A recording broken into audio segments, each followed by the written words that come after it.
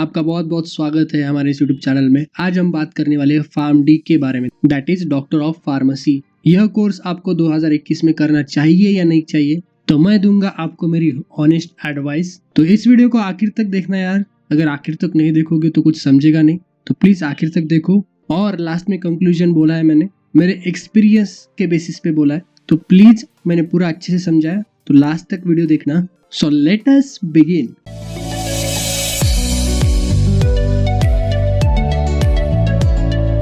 तो यार आगे जाने से पहले मेरे बारे में थोड़ा सा जान लीजिए। मैं तो आपको ऑनेस्ट एडवाइस दे रहा हूँ, लेकिन मैं हूँ कौन? तो मैंने खुद ने PharmD graduate, sorry not graduate, it is a post graduate course, ये चीज आप ध्यान में रखिए। तो मैंने खुद ने फार्मडी पोस्ट ग्रेजुएट कंप्लीट किया है। मैंने इंटर्नशिप की है, वो भी मराठवाड़ा के सबसे बड़े हॉस्पिटल में। बहुत सी वैरायटीज ऑफ केसेस मैंने देखी है, Steven Johnson syndrome and all. So एक बहुत ही अच्छा एक्सपीरियंस रहा है। तो real value of a PharmD graduate, particularly फिर से बोल रहा हूँ, पोस्ट ग्रेजुएट की आपको आज पता चलने वाली है। उसका ऑनेस्ट ओपिनियन आपको आज पता चलने वाला है।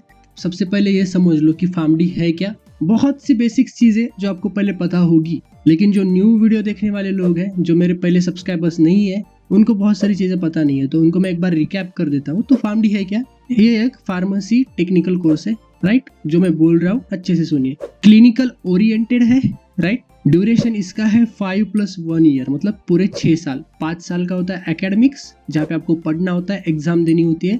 एनुअल पैटर्न होता है, सेमिस्टर पैटर्न नहीं होता है। हर 6 महीने में एग्जाम नहीं होगी, साल में एक इम्पोर्टेंट एग्जाम होगी। और हर एक 3 महीने में आपकी एक सेशनल यानी कि यूनिट टेस्ट टाइप एग्जाम होती है, 30 मार्क्स की, वो होगी, राइट? तो इसमें सेमिस्टर पैटर्न नहीं होता है, बहुत रिलैक्स काम है। फर्स्ट फ्यू ईयर्स आपको ज्यादा टेंशन नहीं आएगा पढ़ाई का। 5 साल आपको पढ़ना है, फिर 1 साल आपकी एग्जाम नहीं होगी। आपको पूरा 1 साल मतलब पूरे 12 महीने आपको इंटर्नशिप करनी पड़ेगी हॉस्पिटल में। जो भी आपके कॉलेज के साथ एफिलिएटेड हॉस्पिटल है, उसमें आपको इंटर्नशिप करनी पड़ेगी। तो इंटर्नशिप में 6 महीने आपको जनरल मेडिसिन डिपार्टमेंट होता है, और 2-2 महीने का आपको 3 टर्म्स के लिए, मतलब 3 टर्म्स के लिए 2-2 महीने का स्पेशलाइजेशन होता है। वो भी हो गए टोटल 6 महीने, राइट? 2-2 महीने के 3 टर्म्स मतलब 6 महीने, और 6 महीने मेडिसिन डिपार्टमेंट, मतलब पूरे हो गए 12 महीने। तो 12 महीने आपको इंटर्नशिप रहती है। स्पेशलाइजेशन बोले तो आप आपके हिसाब से कौन सा भी एक स्पेशलाइज यूनिट सेलेक्ट कर सकते हो। जैसे मैंने किया था, मैंने पर्टिकुलरली सेलेक्ट किया था डर्मेटोलॉजी, गायनेकोलॉजी पर्टिकुलरली, और मैंने सेलेक्ट किया था पेडियाट्रिक्स, राइट? तो इनमें बहुत ज़्यादा वेरिएशन है, और इसका एक्सपीरियंस मुझे मेरे लाइफ में भी बहुत काम आएगा।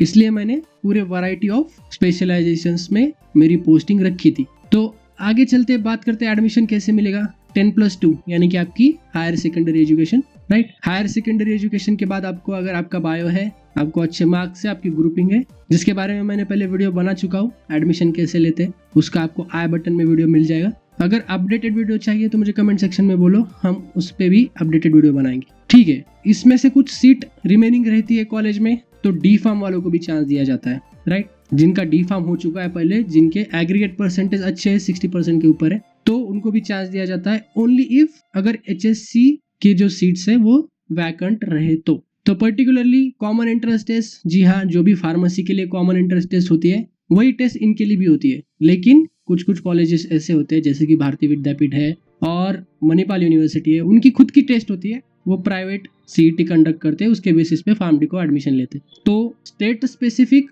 मतलब हर एक स्टेट में अलग अलग CET, उसके साथ साथ ही वहाँ पे कॉलेज स्पेसिफिक CETs भी होती है एडमिशन के लिए, तो इसके बेसिस पर एडमिशन मिलेगा। तो आपको यार डिसाइड करने में तकलीफ हो रही है कि कौन सा कॉलेज में एडमिशन ले, तो मैंने उस पर भी एक वीडियो बनाया है कि कौन से कॉलेजेस अच्छे हैं पूरे इंडिया में फार्मडी के लिए। तो टॉप 15 कॉलेजेस का जो भी वीडियो है, उसका भी आई बटन में लिंक आ जाएगी। ये वीडियो देखने के बाद उसको देखना, क्योंकि ये वीडियो आपको डिसाइड करने में हेल्प करेगा कि आपको फार्मडी करना है भी या नहीं।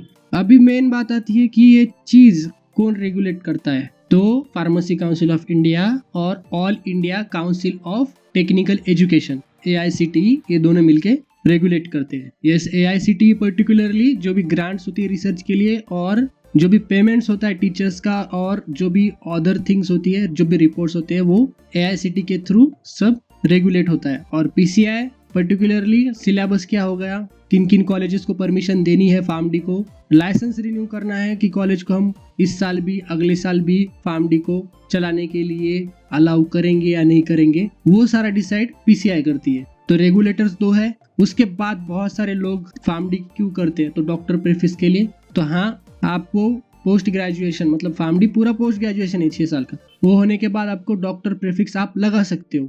यू आर अलाउड लीगली, आप लीगली डॉक्टर प्रीफिक्स लगा सकते हो, इसमें कुछ टेंशन नहीं है। फिर टाइप, जैसा कि मैंने पहले बताया, पोस्ट ग्रेजुएशन डॉक्टरल कोर्स नहीं है। बहुत लोग इसको डॉक्टरेट ऑफ फार्म डी बोलते हैं, लेकिन ये डॉक्टरल कोर्स नहीं है। ये डिफरेंस आप समझ लेना, ये एक पोस्ट ग्रेजुएशन कोर्स है। इसके बाद आप पीएचडी कर सकते हो, राइट। तो पीएचडी होगा डॉक्टरल कोर्स, ये है post graduation course. I hope कि आपको एक डिफरेंस समझ में आ गया होगा। तो चलो यार नेक्स्ट स्लाइड के ऊपर चलते हैं। तो सबसे पहले आपके दिमाग में अभी कंफ्यूजन चल रहा होगा, यार मैं बी फार्म करूं, राइट, या फिर फार्म डी करूं। क्योंकि आप फार्म डी के बारे में तो आपको पता ही होगा कि बहुत सारे सालों का होता है, पर्टिकुलरली 6 साल का। बी फार्म का भी आपको पता ही होगा कि ये बहुत बड़ा होता है, कि 4 इयर्स का होता है। अगर आपकी रिक्वायरमेंट यह है कि आपको सिर्फ 1-2 साल के लिए ही पढ़ना है, तो आप डिप्लोमा इन फार्मेसी भी कर सकते हो। लेकिन आपको पढ़ने की चाहत है और आगे, तो मैं आपको बता रहा हूँ। तो डिफरेंस क्या है, what is the different thing in this 3 various courses, इसमें की डिफरेंसेस क्या है। देखो, आप लोगों को बहुत सारे बाकी वीडियोस में देखा होगा कि इसमें ये होता है, उसमें होता है, ऐसा होता है। मैं आपको एप्लीकेशन वाइज ये सारी चीजें बताऊंगा। तो बी फार्म जो है यार, वो थेरोटिकल बेसिक्स पे होता है। थेरोटिकल बेसिक, जो भी थ्योरी रिलेटेड चीजें होंगी वो आपको लाइफ में उतना काम नहीं आएगी। बी फार्म के बाद अगर एम फार्म करते हो, वो भी 2 साल का, मतलब बी फार्म 4 और एम फार्म 2, ये तो 6 साल दोनों मिलके हो ही रहे वैसे भी। तो उसमें थ्योरी भी रहता है, और पर्टिकुलरली एम फार्म में आपको एक प्रोजेक्ट रहेगा जो आपको लैबोरेटरी में, कॉलेज की लैब में करना पड़ेगा। बट फार्म डी में क्या डिफरेंट है, फार्म डी में क्लिनिकल बेसिक्स है पूरे, जो कि आप क्लिनिक में जाके अप्लाई कर सकते हो। आप आपकी खुद की लाइफ पे अप्लाई कर सकते हो, आप आपके रिलेटिव्स की लाइफ पे भी अप्लाई कर सकते हो, जिससे आपके रिलेटिव्स की, आपकी खुद की, आपके आसपास रहने वाले लोगों की क्वालिटी ऑफ लाइफ जो होती है वो बढ़ने में बहुत हेल्प होगी, राइट। सो बी फार्म में और एक होता है कि देखो, बी फार्म पास होने के बाद मैक्सिमम स्टूडेंट, मैं बोल रहा हूँ 80% ऑफ स्टूडेंट मैन्युफैक्चरिंग कंपनीज में ज्वाइन होते हैं। अलग अलग पोस्ट होती है वहाँ पे। तो ड्रग मैन्युफैक्चरिंग, उसमें क्वालिटी कंट्रोल और अदर थिंग्स उसमें भी, और रेगुलेटरी अफेयर्स में, वहाँ पे बी फार्म ग्रेजुएट्स को काम मिलता है। एम फार्म के लिए बात करें तो यार, drug discovery, right, laboratory research associate जो होते हैं, जो लैब में नए नए मॉलिक्यूल्स बनाते हैं, टेस्टिंग करते हैं, एनिमल्स पे टेस्टिंग की जाती है। तो बेसिकली इनका काम ड्रग डिस्कवरी एंड टेस्टिंग के रिलेटेड होता है। तो इनको बस लैब में डिस्कवरी एंड टेस्टिंग पे फोकस करना है और पब्लिकेशंस करते जाना है अलग अलग प्रकार। फार्म डी देखता है यार, ड्रग का यूज कैसे हो रहा है, एप्लीकेशन कैसे हो रहा है, किन लोगों को किन प्रकार की डोज दिया जा रहा है, राइट। अगर सही दिया जा रहा है या नहीं दिया जा रहा है, गलत दिया जा रहा है, तो वैसे वो अपने फिजिशियंस को, जिसको हम डॉक्टर बोलते हैं, उनको वैसी सलाह दे सकता है कि भाई ये डोज गलत हो रहा है, आप इसको मॉडिफाई करो, राइट। सो ये सारी चीजें एप्लीकेशन वाइज क्लिनिक में भी जो होता है, वार्ड राउंड में जो होता है, वार्ड्स में जो होता है, वो सारा पार्ट फार्म डी के अंडर आता है, जो बी फार्म और एम फार्म में नहीं होता है। बी फार्म और एम फार्म में वार्ड का कोई लेना देना नहीं है। तो नेक्स्ट है बिजनेस, जो कि बी फार्म के लिए बहुत अच्छा रहेगा। अगर आपका एम है कि आपको यार एक शॉप ही डालनी है, तो आप बेधड़क बी फार्म के साथ जाइए, बी फार्म करिए अच्छे कॉलेज के साथ। अच्छे कॉलेज के साथ करने का क्या हेल्प होता है कि अगर आपका बी फार्म में और इंटरेस्ट आ गया आगे चल के, तो आप इसको कंटिन्यू कर सकते हो, अच्छी कंपनी में जा सकते हो, और या फिर आप एम फार्म और एमएस कर सकते हो। तो बी फार्म अच्छे कॉलेज से करना जरूरी है, जिसके कैंपस होते हैं और जिसका पूरा कैंपस का एनवायरनमेंट भी अच्छा है। वहाँ पे आपकी स्किल्स को बढ़ावा दिया जाता है, ऐसे कॉलेज में आपको एडमिशन लेना चाहिए। एम फार्म में क्या होता है यार, लैबोरेटरी रिसर्च होती है, जैसे कि मैंने पहले बोला, लैबोरेटरी रिसर्च पे उनका मेन फोकस होता है। अगर आपको इंटरेस्ट है कि आपको लैब में बैठना है, आपको बाहर नहीं जाना है, एक लैब में, जो लैब पूरी तरह से पैक होती है, वहाँ पे हाई क्वालिटी मशीन्स होते हैं, उन मशीन्स पे जैसे कि HPLC एंड ऑल, वहाँ पे आपको काम करना है, तो आप एम फार्म के साथ जाइए, राइट। AC वैसी मस्त लगा होगा, आपको आराम से अपने चेयर पे जाके बैठना है, वहाँ पे डिस्कवरी करनी है, ड्रग डिस्कवरी मॉलिक्यूल्स के लिए आपको देखना है कि कौन सा मॉलिक्यूल आ सकता है। ऐसा नहीं कि एम फार्म वाले भी मैन्युफैक्चरिंग में नहीं जा सकते वो भी, लेकिन मैं पर्टिकुलरली जो मेन रोल होता है उसके बारे में बात कर रहा हूँ। अब फार्म डी का सीन क्या है भाई, जैसे मैंने बोला कि क्लिनिकल ओरिएंटेड है, तो क्लिनिकल रिसर्च के बारे में सबसे बढ़िया चीज रहेगी कि क्लिनिकल रिसर्च में वो आएंगे, जैसे कि ड्रग एप्लीकेशन रिसर्च भी होती है, कौन से और किस प्रकार की ड्रग ज्यादा यूज की जा रही है, तो उसके रिपोर्ट डायरेक्ट गवर्नमेंट को भी जाते हैं, जो कि गाइडलाइंस बनाने में हेल्प करते हैं। जैसे कि आपने देखा होगा कि बीच में कुछ एंटासिड ड्रग्स थे जिनको बैन किया गया था, तो इसका जो सोर्स होता है वो सोर्स इसी पब्लिकेशन से आता है जो ऐसे क्लिनिकल फार्मासिस्ट करते हैं, राइट। सो यूएस में जो भी डेवलप्ड कंट्रीज है वहाँ पे क्लिनिकल फार्मासिस्ट का बहुत बढ़िया रोल है। वो पब्लिकेशंस में और ड्रग अलर्टिंग सिस्टम में या फिर ड्रग डेटा रिपोर्टिंग में बहुत ही ज्यादा हेल्पफुल काम करते हैं। क्योंकि देखो अभी भारत में तो हर 1000 व्यक्ति पे एक फिजिशियन है, मतलब एक आपका एमबीबीएस या फिर एमडी डॉक्टर है, तो वो आदमी कितने लोगों को देखेगा, कितने लोगों को डायग्नोस करेगा, तो उसको टाइम ही कहाँ मिलेगा पब्लिकेशन करने का, राइट। तो रिसर्च यहाँ पे हमारी लैक करती है। तो रिसर्च को अगर हमको पर्टिकुलरली क्लिनिकल रिसर्च को हमको अगर प्रमोट करना है तो फार्मडी को पर्टिकुलरली क्लिनिकल रिसर्च में ज्यादा वर्क करना पड़ेगा। तो बी फार्म के बारे में और एक बात है यार, मतलब 0.1% भी पेशेंट के साथ इंटरेक्शन नहीं होती इनकी, क्योंकि कॉलेज करना है, बहुत हो गया, इनको छोटा सा प्रोजेक्ट होता है 4th ईयर में, उनके लास्ट ईयर में, लेकिन वो भी क्लिनिकल नहीं होता है, वो भी एक सर्वे टाइप या फिर छोटा मोटा प्रोजेक्ट होता है। फिर भी इनकी पेशेंट के साथ इंटरेक्शंस नहीं होती। एम फार्म है, उनको लेबोरेटरी एनिमल के साथ इंटरेक्शन होती है, except M pharm in pharmacy practice, जिनमें अगर वो प्रोजेक्ट चूज करते हैं तो पेशेंट के साथ इंटरेक्ट हो सकते हैं। लेकिन most of the M pharm जैसे कि फार्मास्यूटिक्स, केमिस्ट्री वगैरह और जितने भी एम फार्म के ब्रांचेस हैं उनमें उनको लैब एनिमल्स के साथ या फिर फार्माकोलॉजी में पर्टिकुलरली लेबोरेटरी एनिमल्स के साथ ही इंटरेक्शन होगी, पेशेंट्स के साथ एक्चुअल क्लिनिकल कंडीशन में इंटरेक्शन नहीं होती। यहाँ पे मेन रोल आता है फार्मडीज का। फार्मडीज जो है डायरेक्ट क्लिनिक में काम करते हैं, आपको पता है, तो डायरेक्ट पेशेंट इंटरेक्शन है, उनको डायरेक्टली पेशेंट दिखते हैं सामने, उनको दिखता है कि भाई ये डिसीज है, ये डिसीज में ये हो रहा है, इस रोग में ये हो रहा है पेशेंट को, इस रोग को इस दवाई से हम ट्रीट कर सकते, राइट। कोई भी समझो टीबी है, टीबी के लिए अलग अलग कलर के पैकिंग्स में अलग अलग दवाइयाँ आती है, तो वो प्रैक्टिकली हमको दिखता है कि कलर कोडिंग क्या है, तो कैसे अगर एक दवाई मिस हो गई तो कैसे हम अपने आप कॉल जाता है पेशेंट को। तो ये सारी सिस्टम में पार्ट लेने में फार्मडी वालों को बहुत ही अच्छा रिस्पॉन्स मिलता है और बहुत ही अच्छा यूज है उनका। तो डायरेक्ट पेशेंट इंटरेक्शन फार्मडी में ही आपको मिलेगा, बाकी दोनों एम फार्म और बी फार्म में पेशेंट के साथ इंटरेक्शन नहीं होगा आपका, पेशेंट के साथ आपको क्लिनिक में कुछ लेना देना ही नहीं होगा। तो ऐसा हम बोल सकते हैं कि पर्दे के पीछे एम फार्म पर्टिकुलरली ज्यादा काम करता है और ऑन द ग्राउंड मतलब जमीनी हकीकत में फार्मडी का पेशेंट के साथ ज्यादा काम है। तो ये डिफरेंस आई होप कि आपको समझ में आ गया होगा। तो अभी डायरेक्ट पॉइंट पे आते हैं यार, फार्मडी आपको क्यों करना चाहिए, आपको क्यों करना चाहिए फार्मडी। क्लिनिकली एडवांस्ड है, क्लिनिकली मतलब हॉस्पिटल के वे में, पेशेंट के साथ इंटरेक्शन के वे में क्लिनिकली एडवांस है, बी फार्म और एम फार्म फार्मेसी प्रैक्टिस से भी। सेकंड चीज है, आपको सेकंड ईयर से एमडी डॉक्टर जो होते हैं, एमडी रेसिडेंट्स जो होते हैं, वो आपको वहां पे सिखाते हैं कि क्या चीज हो रही है, पेशेंट को कैसे हमको देखना है, राइट, पेशेंट किस किस प्रकार के होते हैं। आपको एक्चुअल में सारे डिसीजेस देखने को मिलते हैं, सिर्फ बुक्स में ना देख के आप आपके आंखों के सामने सारी चीजें होते हुए देखते हो। डायग्नोस्टिक्स का भी पार्ट आता है, कैसे डायग्नोस किया जाता है पेशेंट को, वो भी आप सीखते हो, आपको कोई रोकता नहीं है वहां पे, आप बिंदास सीख सकते हो, राइट। और बाकी सारी चीजें भी होती है, जैसे ड्रग्स, कौन सी ड्रग्स यूज की जाती है, क्या नहीं यूज किया जाता, वो भी आप सेकंड ईयर से वार्ड राउंड में ही सीखना स्टार्ट कर देते हो। तो आप देखिए फार्मडी में second, third, fourth, fifth and sixth पूरे 4 साल, कम से कम 4 साल, सेकंड टू 6th ईयर, और कुछ कुछ कॉलेजेस में 3rd ईयर से रेगुलरली हॉस्पिटल स्टार्ट होता है। तो कम से कम आप पकड़ के चलिए 4 साल आपको हॉस्पिटल का इंटरेक्शन आ रहा है, आपको हॉस्पिटल में जाना है, वहाँ पे अलग अलग पेशेंट देखने हैं आपको। तो देखिए आप इमेजिन कर सकते हो कि आपकी लाइफ लर्निंग्स कितनी होगी उसमें। तो आपको समझ में आएगा खुद को भी कैसे मैनेज करना है, अपने क्लोज्ड वंस, अपने रिलेटिव्स को, अपने फैमिली मेंबर्स को भी अगर कुछ प्रॉब्लम आती है तो उनको कैसे मैनेज करना है। तो उसको हम बोलते हैं लाइफ लर्निंग्स, जो आप इसमें सीखते हो। कम्युनिकेशन स्किल्स, पेशेंट के साथ कैसा कम्युनिकेट करना है, दूसरे लोगों के साथ कैसा कम्युनिकेट करना है, वो आप फार्मडी में ज्यादा सीखते हो, या as compare to B pharm and M pharm. Plus आप इंटर्नशिप में ही डॉक्टर प्रेफिक्स लगा सकते हो आपके नाम के पीछे। तो मैं एक एडवाइस करूंगा, अगर सच में आपको उस लेवल की नॉलेज है, अगर आप फिजिशियन को सजेस्ट कर सकते हो डोजेस मॉडिफिकेशन, तो ही आप आपके नाम के पीछे डॉक्टर लगाओ, वरना ये तो वेस्ट ही है ना। अगर आप सिर्फ डिग्री के लिए फार्मडी करना चाहते हो तो डॉक्टर प्रीफिक्स लगा के भी आप क्या करोगे, तो लाइफ में कुछ फायदा नहीं हो। जो सीखता है ना भाई, वो किसी भी टफ कंडीशन में उसको जो सीखना है वो सीख लेता है। तो अगर आप सीखने वाले इंसान हो तो आप डॉक्टर प्रीफिक्स लगाओ। सेकंड लास्ट चीज है good career opportunities in abroad.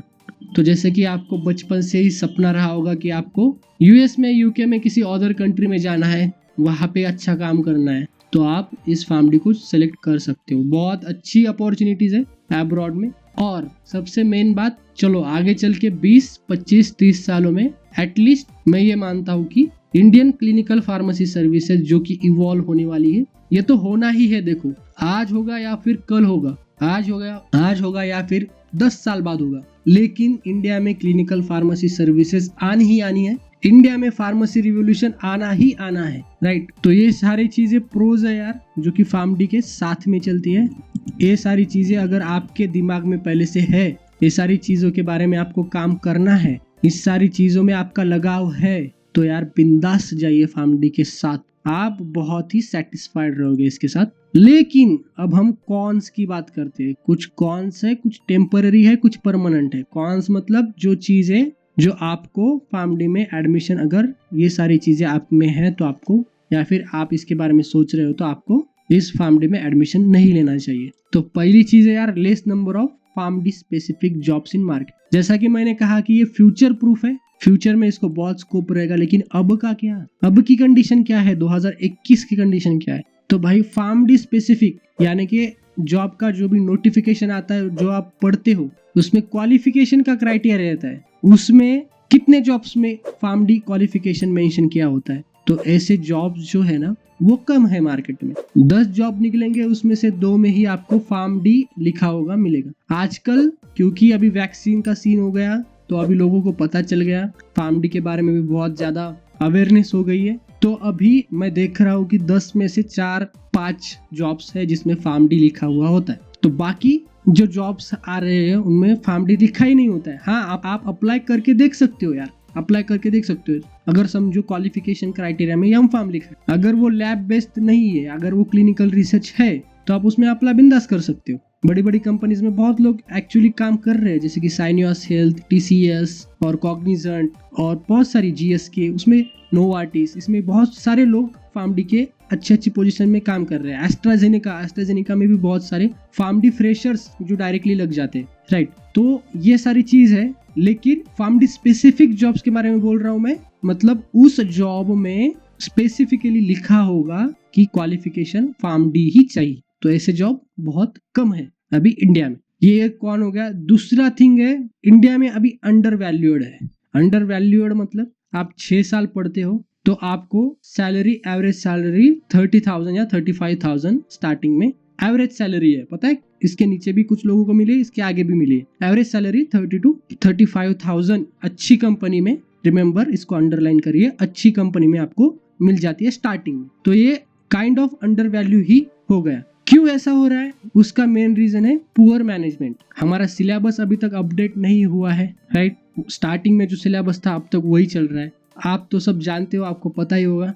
Poorly management है, मैं ऐसा बोल सकता हूँ। मुझे पता है वीडियो लंबी हो रही है, लेकिन हाँ, ये ऑनेस्ट ओपिनियन है, इसलिए वीडियो लंबी होगी। अभी थर्ड चीज है, अभी फिलहाल MCI जो थी वो हमारे अगेंस्ट थी, मेडिकल काउंसिल ऑफ इंडिया। अभी NMC बना है, नेशनल मेडिकल कमीशन। अभी उसके बारे में उनका ऑफिशियल कुछ आया नहीं है, लेकिन जो डॉक्टर्स है, फिजिशियंस है, वो हमें प्रिस्क्रिप्शन राइट के लिए बहुत ज्यादा रजिस्ट कर रहे हैं, मतलब हमारे खिलाफ हो रहे हैं। इवन हम प्रिस्क्रिप्शन को मॉडिफाई भी नहीं कर सकते नॉलेज होने के बावजूद। उसका मेन एक रीजन है कि इसको रेगुलेट कर रहा है AICTE।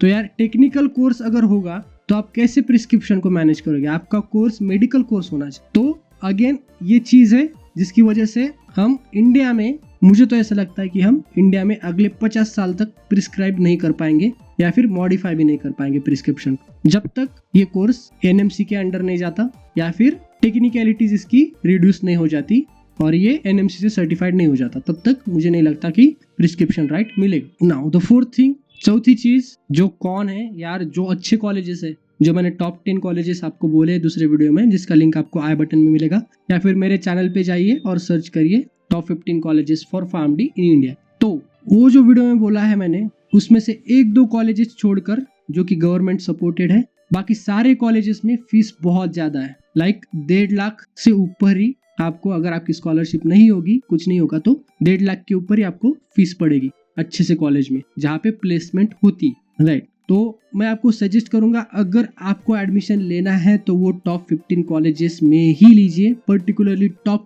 10 कॉलेजेस में ही लीजिए, 11th भी नहीं, अगर आपको अच्छा करियर चाहिए। अगर आपको किसी रैंडम कॉलेज में एडमिशन मिल रहा है तो मैं अभी के अभी आपको बोल रहा हूँ, एडमिशन कैंसिल करिए, एडमिशन कैंसिल करिए। जिनका आपका प्लेसमेंट का रिकॉर्ड नहीं है वैसे कॉलेजेस में एडमिशन मत लो। हाँ, अगर आपको लगता है आपका कोई सीनियर वहाँ पे है रिलेटिव्स में और आपको वो बोलता है कि नहीं बाबा कॉलेज बहुत अच्छा है, हमारे लिए बहुत सारी चीजें करता है, न्यू कॉलेज है, 2-3 साल ही हुए कॉलेज को, 3rd ईयर या 4th ईयर की बैच है, हमारे लिए बहुत ज्यादा एफर्ट्स ले रहे हैं, वहाँ पे ड्रग इंफॉर्मेशन सेंटर है, सारी चीजें हमको प्रोवाइड की जाती है, तो वैसे कॉलेज में आप ले सकते हो। लेकिन अगर आप किसी भी रैंडम कॉलेज में जा रहे हो, फीस कम है देख के और एडमिशन ले रहे हो, तो करियर बर्बाद मत करो। ये ऑनेस्ट एडवाइस है, मेरी खुद का एक्सपीरियंस है, क्योंकि कैंपस नहीं होते हैं तो आपको अच्छी कंपनी में जॉब मिलना बहुत ज्यादा मुश्किल हो जाता है। समझ गए मेरी बात आप? तो आई होप कि आपको सारी चीजें अब समझ में आ चुकी होगी।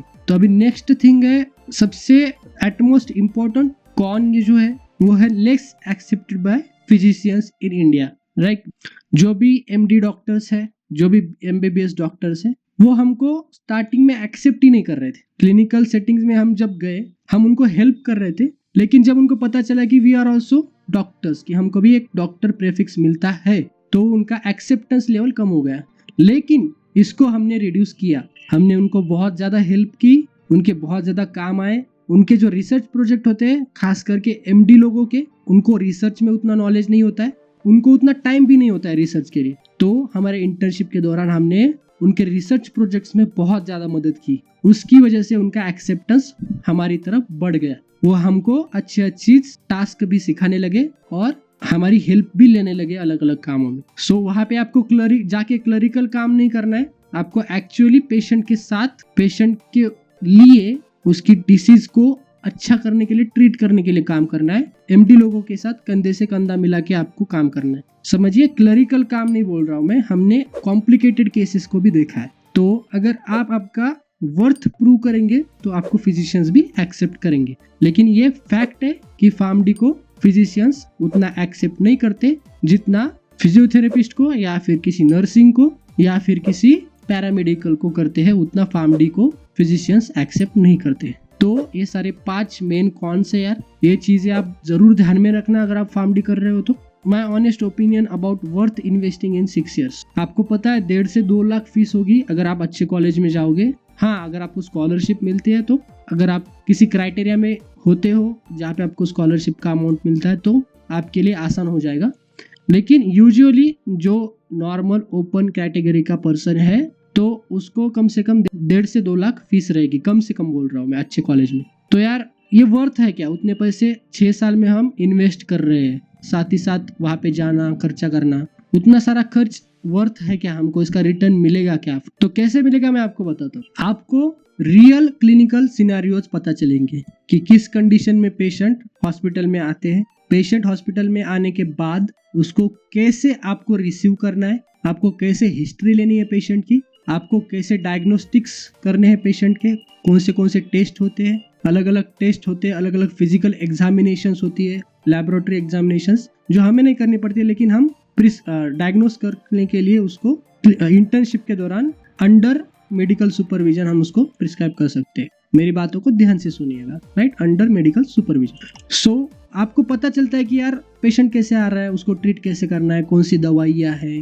क्या करना है, क्या नहीं करना है। सो ये रियल लाइफ क्लिनिकल नॉलेज आपको बहुत ज्यादा हेल्प करता है। तो यार ऐसे आप किसी भी MD को ना करोड़ों रुपए भी दोगे ना आप, तो आपको नहीं सिखाएगा, राइट। किसी भी MD को, फिजिशियन को आप करोड़ों रुपए भी देंगे, या फिर किसी भी प्राइवेट कॉलेज को आप जाके बोलोगे कि मुझे 1 साल में इंटर्नशिप करनी है और मुझे इतना इतना सिखाना है आपको, क्योंकि मैंने बोला 2nd ईयर से MD लोग सिखाते हैं आपको, राइट, उनके लेक्चर्स होते हैं। अगर नहीं हो रहा है आपके कॉलेज में तो प्लीज देखिए, करिए आप, बहुत सारे कॉलेजेस में होते हैं, 90% कॉलेजेस में होते हैं लेक्चर्स MD के द्वारा। तो वो आपको नहीं बोलेंगे क्योंकि उनका टाइम बहुत प्रेशियस होता है, राइट। करोड़ों में उनका टाइम की वैल्यू होती है। तो वो खुद आपको सिखाने वाले हैं, तो देखिए रियल लाइफ लर्निंग्स है, तो आपको सीखने को तो बहुत मिलेगा। सो एक पॉइंट है जिससे इसको हम वर्थ बोल सकते हैं कि रियल लाइफ लर्निंग। सेकंड चीज है आपकी पर्सनैलिटी बहुत ज्यादा डेवलप होती है। आपको वैरायटी ऑफ कंडीशंस में काम करना पड़ता है। हॉस्पिटल में अलग अलग प्रकार के लोग मिलते हैं आपको, तो उनके साथ कम्युनिकेशन कैसे करना है, साइंटिफिक कम्युनिकेशन क्या होता है जो आपको एचओडीज के साथ करना पड़ता है, जो प्रोफेसर्स होते हैं मेडिकल कॉलेज के उनके साथ आपको बात करनी पड़ती है। तो आपका एक पर्सनैलिटी और कम्युनिकेशन बहुत ज्यादा डेवलप होता है। तो एक अगर ये और एक लाइफ स्किल हो गई। ये सारी चीजें बी फार्म और एम फार्म में होना बहुत मुश्किल है। ये सारी चीजें बी फार्म और एम फार्म में नहीं होती है बेसिकली। थर्ड, जैसे मैंने पहले बोला कि ये दोनों चीजें ऊपर की मिलके आपको लाइफ लर्निंग्स बहुत ज्यादा देती है, जिससे आप दूसरों की क्वालिटी ऑफ लाइफ में इंक्रीज कर सकते हो। राइट, आपके आसपास के जितने लोग हैं उनकी क्वालिटी ऑफ लाइफ आप बढ़ा सकते हो और अच्छी कर सकते हो, क्योंकि आपने बहुत सारी चीजें सीखी है। क्वालिटी ऑफ लाइफ क्या होता है, अगर किसी को कोई भी रोग है या कुछ है तो उसको काउंसलिंग करने का, उसके दवाइयों के बारे में बताने का, उसको एजुकेट करने का बेसिकली। तो अगर आप उस पेशेंट को सारी चीजें बताओगे कि क्या है क्या नहीं है, उस पेशेंट का ख्याल रखोगे, तो उसकी क्वालिटी ऑफ लाइफ, मतलब जैसा कि आप नाम में ही पढ़ सकते हो, क्वालिटी ऑफ लाइफ बढ़ जाएगी। तो ये लाइफ लर्निंग्स आपको दूसरों की क्वालिटी ऑफ लाइफ बढ़ाने में भी मदद करेंगे। और एक चीज है, आप रिसर्च एंड डेवलपमेंट को प्रमोट करोगे, आप पब्लिकेशंस करोगे, आप बहुत सारे केसेस को अच्छे अच्छे जर्नल्स में पब्लिश करोगे। आपको टाइम रहता है उतना, एनुअल पैटर्न है, तो आपको बहुत कुछ सीखने को मिलता है। मोर देन मैं तो बोलूँगा, क्योंकि आपके पास टाइम रहता है तो आपको एमडी लोगों से भी ज़्यादा रिसर्च करने का मौका मिलता है clinical settings. Right, even in India also, India में भी सेम केस, आपको बहुत ज़्यादा रिसर्च एंड डेवलपमेंट करने का मौका मिलता है। तो इंटर्नशिप में यार ऐसे बहुत सारे बंदे हैं जिन्होंने हर महीने एक एक पेपर पब्लिश किया अच्छी अच्छी जर्नल में। बहुत सारे लोगों को मैं वैसे जानता हूँ। तो यूटिलाइज कर सकते हो आप इंटर्नशिप, या फिर 5th ईयर में भी आप जब हॉस्पिटल में जाते हो, या फिर 3rd ईयर में भी आप जब हॉस्पिटल में जाते हो, तब भी आप पब्लिकेशन कर सकते हो सीनियर के गाइडेंस के साथ। और सबसे बढ़िया चीज यार, अगर आप सीपीआर वगैरह सीखते हो कि लोगों की लाइफ कैसे सेव करनी है, इमरजेंसी में अगर चोकिंग होती है किसी पेशेंट को, वो सारी चीजों में आपको क्या करना है, पॉइजनिंग के पेशेंट्स आते हैं तो उनको एंटीडोट कौन सा देना है।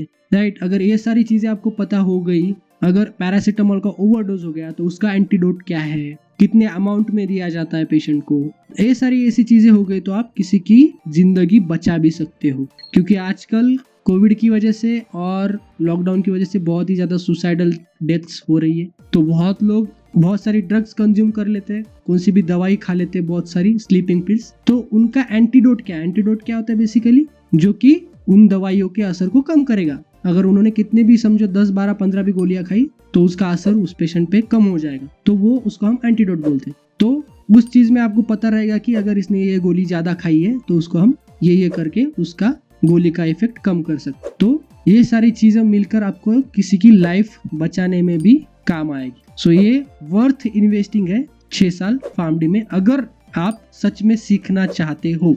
अंडरलाइन कीजिए इस वर्ड को, अगर आप सच में सीखना चाहते हो। ये सारी चीजें जो हमने देखी, उसकी वजह से पब्लिक हेल्थ इंप्रूव होगा, क्लिनिकल फार्मेसी का नाम होगा इंडिया में। राइट, उसमें आपका भी नाम होगा अच्छे से।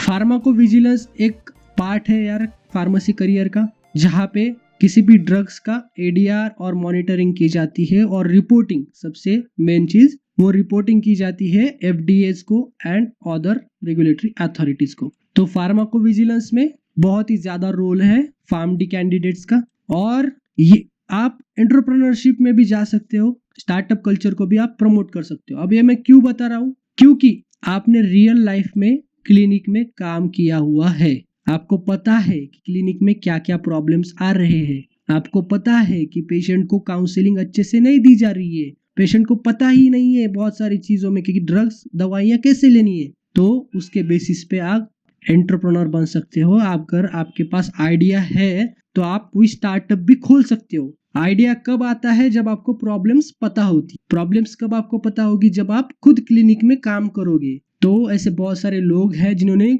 कॉन्ट्रैक्ट रिसर्च ऑर्गेनाइजेशन, सीआरओ बोलते हैं, वो बहुत सारी सीआरओज, बहुत सारी फार्मडी के लोगों ने ऑलरेडी इस्टेब्लिश कर चुके हैं इंडिया में। तो ऐसे बहुत सारे स्टार्टअप्स हैं जिन पे भी हम वीडियो अलग से बनाएंगे। तो स्टार्टअप्स भी आप कर सकते हो, इसमें बहुत ज्यादा स्कोप है आपको। फिर आता है यार improve quality of health research, जैसे कि मैंने पहले बोला, publications, research, data and clinical trials. Clinical trials क्या होते हैं, जैसे कि आपने अभी वैक्सीन के सीन में देखा होगा कि वैक्सीन को बहुत टाइम लगा बाजार में आने में, तो कंपेरेटिवली ये बहुत 1 और 2 साल का टाइम बहुत कम होता है क्लिनिकल ट्रायल्स के लिए। तो उस टाइम में, इतने कम टाइम में हम क्वालिटी क्लिनिकल ट्रायल कैसे कर सकते हैं, तो इस केस में भी फार्मडीज का बहुत ही अच्छा रोल हो सकता है, क्लिनिकल रिसर्च में भी बहुत ही अच्छा रोल हो सकता है। और मेन इंपॉर्टेंट बात, फ्यूचर प्रूफ है। आपको पता ही है न्यू एजुकेशन पॉलिसी भी आ चुकी है, उसमें साफ साफ लिखा है कि बाहर की यूनिवर्सिटीज भी अब इंडिया में आ सकेगी उनका एजुकेशन देने के लिए।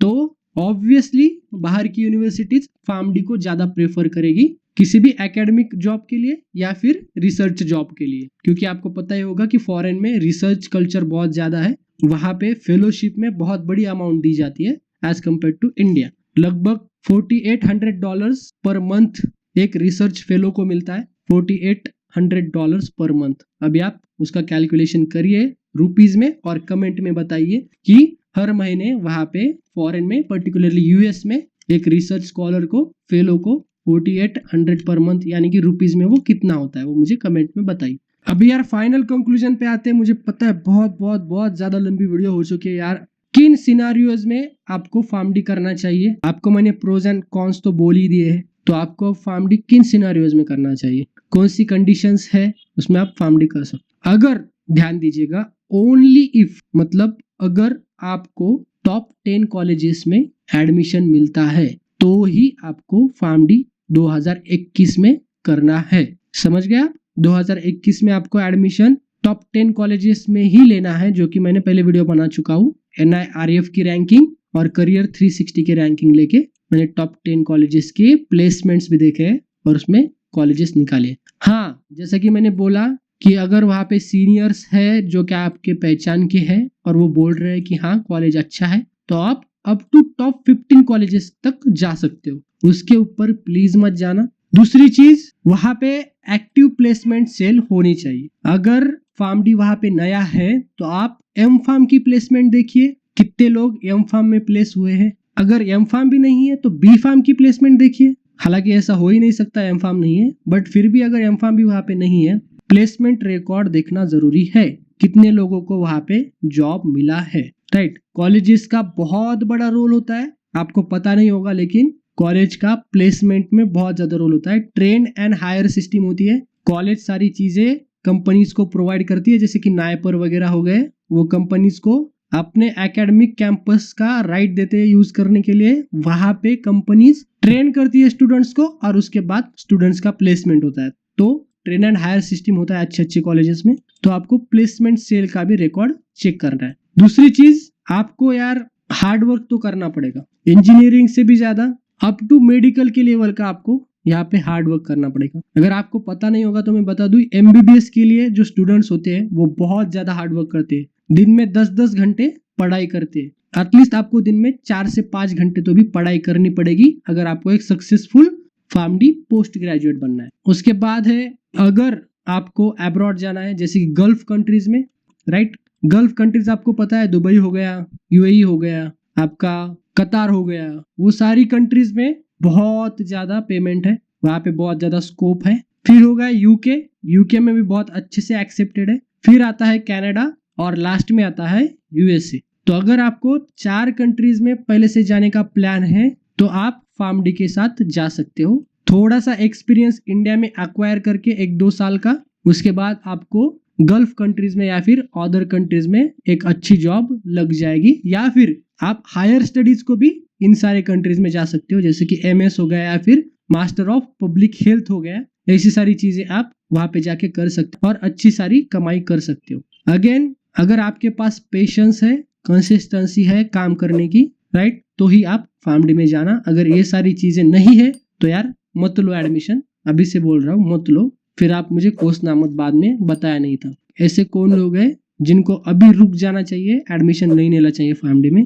सबसे पहले यार लेजी लोग, जो इनकंसिस्टेंट है, जो जिनके पास कोई गोल्स नहीं है लाइफ में कि हमको क्या करना है, जिनको पता नहीं है कि हमको किस पाथ पे जाना है, हमको बाहर जाना भी है या नहीं जाना है, तो वो सारे लोग यार मत करो, क्योंकि आपको पहले से अगर ऐसी आदत है लेजी और इनकंसिस्टेंसी की तो आप आगे भी कैसे सक्सेसफुल होंगे ना। तो ये सारी चीज है, गोल्स तो लाइफ में मस्ट होते हैं कि आपको गोल्स होने ही चाहिए। हाँ, सबसे इंपॉर्टेंट पार्ट, सेकंड वाली चीज, बहुत सारे लोग सिर्फ डॉक्टर प्रीफिक्स के लिए इस जॉब को करते हैं। यार ऐसे लोगों से मैं पूछना चाहता हूँ, वो डॉक्टर प्रीफिक्स लेके आप करोगे क्या? आपके सर पे रखोगे उसको ताज बना के? उसका कुछ फायदा नहीं होता। हाँ, आपकी शादी में जरूर फायदा होगा, एक अच्छी लड़की मिल सकती है अगर आप रूरल एरिया में जाके शादी कर रहे हो, बट डॉक्टर प्रीफिक्स तभी काम आता है जब आपको उस लेवल का नॉलेज हो जो कि आपको इंटर्नशिप और 5th ईयर में मिलेगा। ध्यान रखो कि सिर्फ डॉक्टर प्रीफिक्स के लिए मत करना। आपके कोई प्लान्स नहीं है अब्रॉड जाने के, चाहे किसी भी कंट्री में हो, ऑस्ट्रेलिया हो, यूके हो, यूएसए हो, किसी भी कंट्री में हो, वहाँ पे आयरलैंड हो, आयरलैंड में भी बहुत सारे अच्छे जॉब्स है फार्मेसी के लिए, स्विट्जरलैंड, वहाँ पे भी अच्छे जॉब्स है। तो अगर उन सारी कंट्रीज में जाने का आपका प्लान नहीं है तो मत करो, राइट। अगर आपके प्लान्स नहीं है कि आपको क्लिनिक में काम नहीं करना है, आपको गंदगी लगती है, आपको खून देख के एलर्जी होता है, आपको खून पसंद नहीं है, आपको गंदे पेशेंट से बात करना अच्छा नहीं लगता, आपको किसी चीज की एलर्जी है, आपकी इम्यूनिटी कम है, आप क्लिनिक में जाके काम नहीं कर सकते हो, तो ऐसे केसेस में भी आपको फार्मडी नहीं करना चाहिए, क्योंकि उसका कुछ यूज ही नहीं रहेगा। अगर आपकी इम्यूनिटी कम है, आप क्लिनिक में काम नहीं कर सकते हो, तो मैं आपको एडवाइस करूंगा कि आपको वो सारा ट्रबल को इनवाइट नहीं करना चाहिए, वो सारी डिफिकल्टीज को इनवाइट नहीं करना चाहिए। तो फार्मडी भी आपको नहीं करना चाहिए अगर आपकी इम्यूनिटी कम है, आपको खून देख के चक्कर आती है, आप बहुत ज्यादा सेंसिटिव हो, राइट। कोई भी अगर मरता है पेशेंट क्लिनिक में तो आप बहुत ज्यादा रोने लगते हो, आपको पूरा दिन खराब हो जाता है। तो अगर ऐसी चीजें हैं, इमोशनली वीक हो आप, तो यार प्लीज मत करो फार्मडी, आपके लिए बहुत टफ जाएगा फार्मडी करना। तो अगर आप थोड़े बहुत स्ट्रांग हो तो कर लो फार्मडी, कोई बात। अगेन जैसा कि मैंने पहले भी बोला और बार बार रिपीट कर रहा हूँ, पेशेंस नहीं है अगर आप में, इनकंसिस्टेंसी है तो मत करो। एज वेल एज अगर आप एरोगेंट हो, आप बहुत ज्यादा चिढ़ जाते हो छोटी छोटी बात में, आप अच्छे से बात नहीं कर पाते हो, आप वर्क प्रेशर हैंडल नहीं कर पाते हो, तो आप फार्मडी मत करो, क्योंकि यहाँ पे कम्युनिकेशन का बहुत ही इंपॉर्टेंट रोल है। सो एट द फाइनल थिंग, क्या मैं पछता रहा हूँ फार्मडी करके? तो बिल्कुल नहीं। जो भी मैंने सीखा है वो मेरे साथ पूरी लाइफ रहेगा। वर्थ है, बेस्ट है या वर्स्ट है फार्मडी? तो मैं बोलूंगा फार्मेसी में बेस्ट है। फार्मेसी में लाइफ लर्निंग्स, ओवरऑल सारी चीजें देख के, जॉब्स भी देखिए। अगर आप अच्छी कॉलेज में एडमिशन लेते हो, बार बार बोल रहा हूँ, अगर आप अच्छी कॉलेज में एडमिशन लेते हो तो सारी चीजें देख के फार्मडी बेस्ट है फार्मेसी में, राइट। बी फार्म करने से अच्छा है फार्मडी करो अगर आपको अच्छी कॉलेज में एडमिशन मिल जाता है। समझ गए आप बात? तो ये था मेरा ऑनेस्ट ओपिनियन। वीडियो लंबा हो चुका है, कोई बात नहीं। अगर आपको वीडियो पसंद आया तो सब्सक्राइब करिए ऐसी ही अच्छी अच्छी वीडियोस देखने के लिए। और इस चैनल का हम रेंज जो है अभी वो फार्मडी स्पेसिफिक हटा के और बहुत सारी चीजों के बारे में हम वीडियो बनाएंगे, सारी क्लिनिकल नॉलेज मैं आपको दूंगा। तो प्लीज सब्सक्राइब जरूर करना, वीडियो को लाइक जरूर करना। लाइक करने से वीडियो की रीच बढ़ती है और बहुत सारे लोगों के पास जाएगा, किसी की जिंदगी बर्बाद होने से बच सकती है। तो प्लीज आप लाइक जरूर करना और आपके रिलेटिव्स में उसको शेयर कर देना, राइट। तो चलिए यार, मिलते हैं अगली वीडियो में, तब तक के लिए बाय बाय।